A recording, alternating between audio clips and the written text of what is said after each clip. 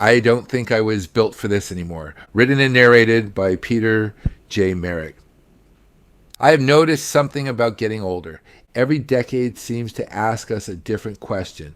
Our 20s ask who we are going to become. Our 30s ask what we are going to build. Our 40s ask whether we are strong enough to carry the weight of everything we have built. Then, somewhere in our 50s and 60s, life quietly asks a question that caught me completely off guard.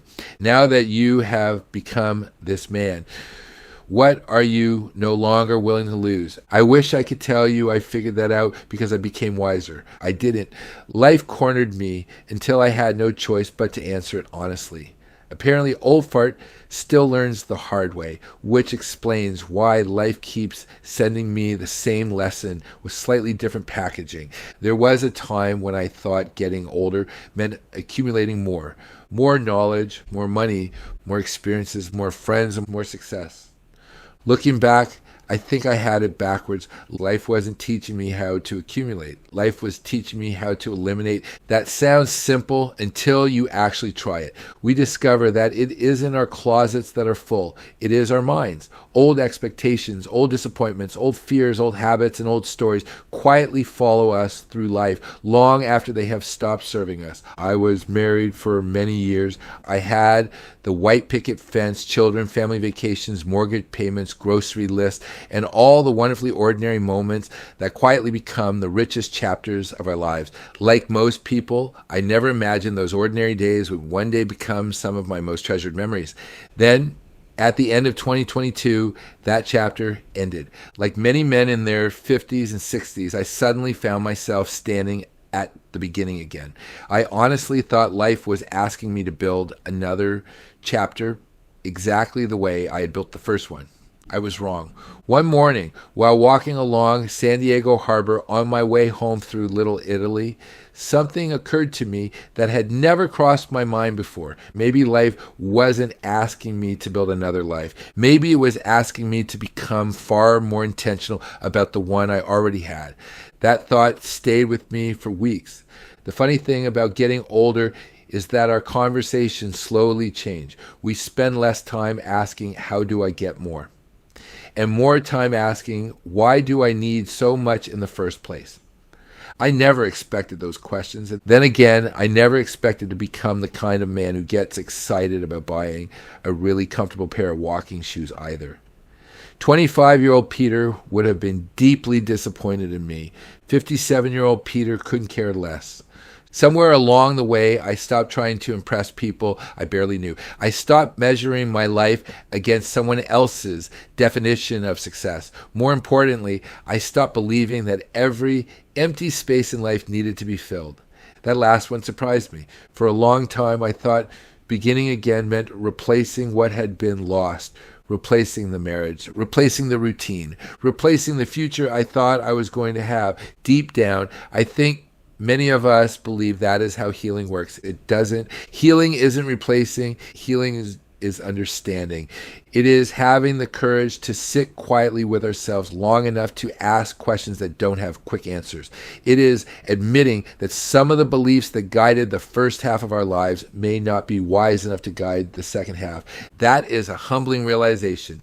Humility has become one of my favorite teachers because it has absolutely no interest in protecting my ego. It simply keeps removing another illusion until all that is left is the truth. And I have learned that the truth is usually much kinder than the stories I used to tell myself. Looking back, I don't think my greatest education came from books, business, or success. It came from living. It came from failing. It came from making mistakes I promised myself I would never make twice. It came from taking stock through deep introspection and refusing to quit until I became genuinely satisfied with the life I had built instead of mourning the life I thought I had lost. That may be the greatest gift life has ever given me. Not certainty, not perfection, discernment, the ability to finally recognize the difference between what adds to my life and what quietly takes away from it. I thought life was teaching me how to start over. It wasn't. Life was teaching me how to recognize what was truly worth keeping. Old fart, Apparently, that lesson takes a lifetime to learn. Something unexpected happened after I finally answered that question. Life became quieter, not because the world changed. The world is every bit as noisy as it has always been. The difference was that I slowly stopped giving every opinion, every disappointment, and every expectation permission to rent space inside my head.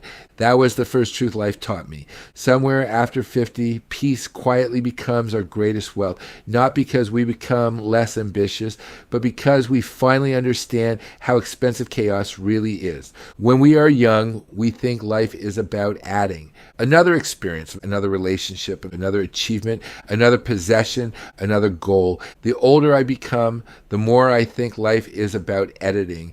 We edit our calendars, we edit our friendships, we edit our expectations. Eventually, if we are fortunate enough, we even begin editing the stories we tell ourselves.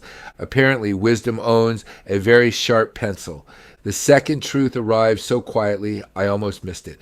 I realized I no longer had unlimited emotional energy. When I was younger, I could spend days trying to fix problems that were never mine to solve, carrying burdens that never belonged to me, and believing that sacrificing myself somehow proved the depth of my character.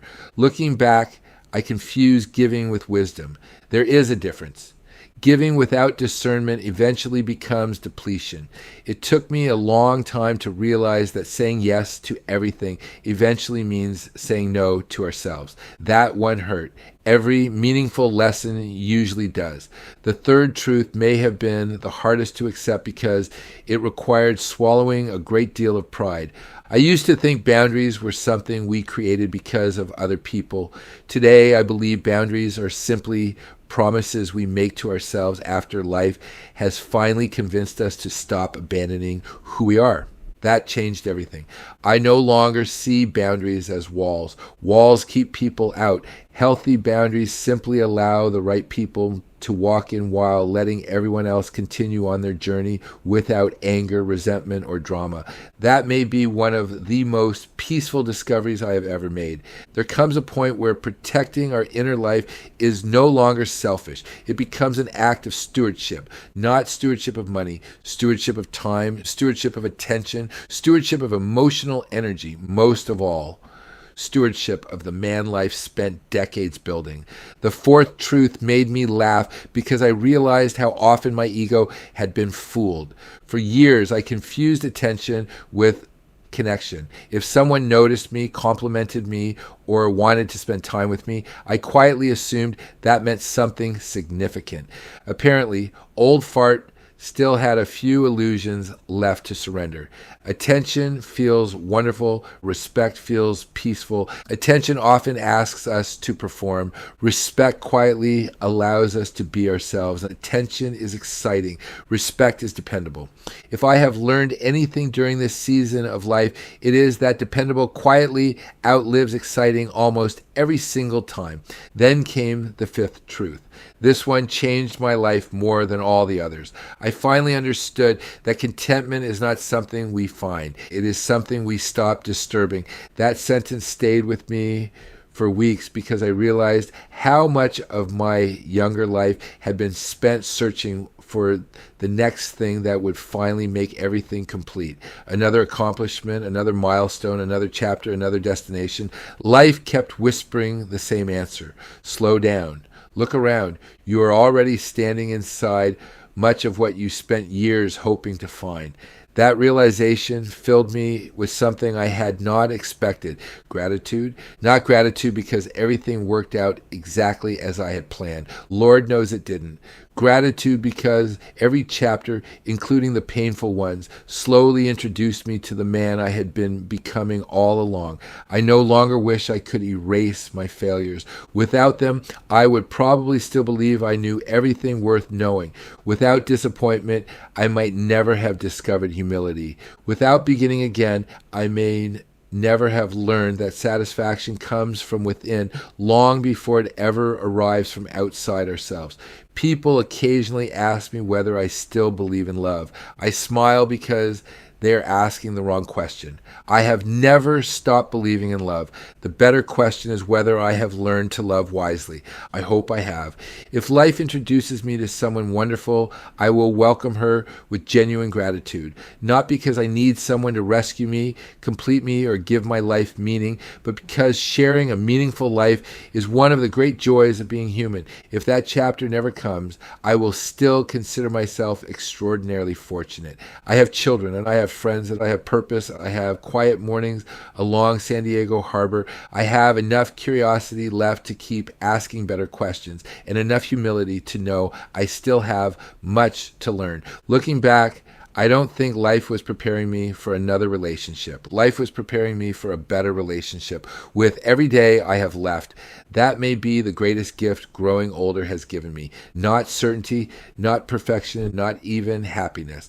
A quiet sense of satisfaction that I no longer need to become someone else in order to appreciate the man I have already become.